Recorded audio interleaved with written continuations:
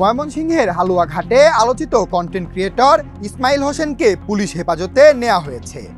মঙ্গলবার দুপুরে এক নারীর দায়ের করা ধর্ষণের অভিযোগে তাকে জিজ্ঞাসাবাদের জন্য হেফাজতে নেয় পুলিশ। হালুয়াঘাট উপজেলার খন্দকপাড়া গ্রামের বাসিন্দা ভুক্তভোগী কিশোরীর মা এ অভিযোগ দায়ের করেন। তবে ইসমাইল ধর্ষণের অভিযোগ অস্বীকার করে বলেন, অভিযোগকারী তরুণী তার দ্বিতীয় স্ত্রী ছিলেন। পরে তাদের বিচ্ছেদ হয়। ইসমাইলের ছোট ভাই কন্টেন্ট ক্রিয়েটর এনামুল হক বলেন, ইসমাইল গত বছর দ্বিতীয় বিয়ে করেছিল। প্রথম স্ত্রীর চাপে দ্বিতীয় স্ত্রীকে ডিভোর্স দেয়।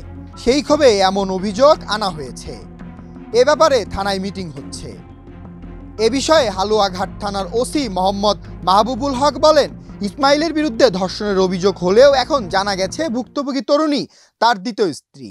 এ ঘটনায় ইসমাইলকে থানায় ডেকে জিজ্ঞাসাবাদের জন্য পুলিশ হেফাজতে নেওয়া হয়েছে। যদি তিনি বিয়ের কাগজপত্র দেখাতে পারেন তাহলে ঘটনাটি অন্যরকম হবে। তবে এখনই এ বিষয়ে স্পষ্ট কিছু বলা যাচ্ছে না। দেশ রূপান্তর নিউজ ডেস্ক।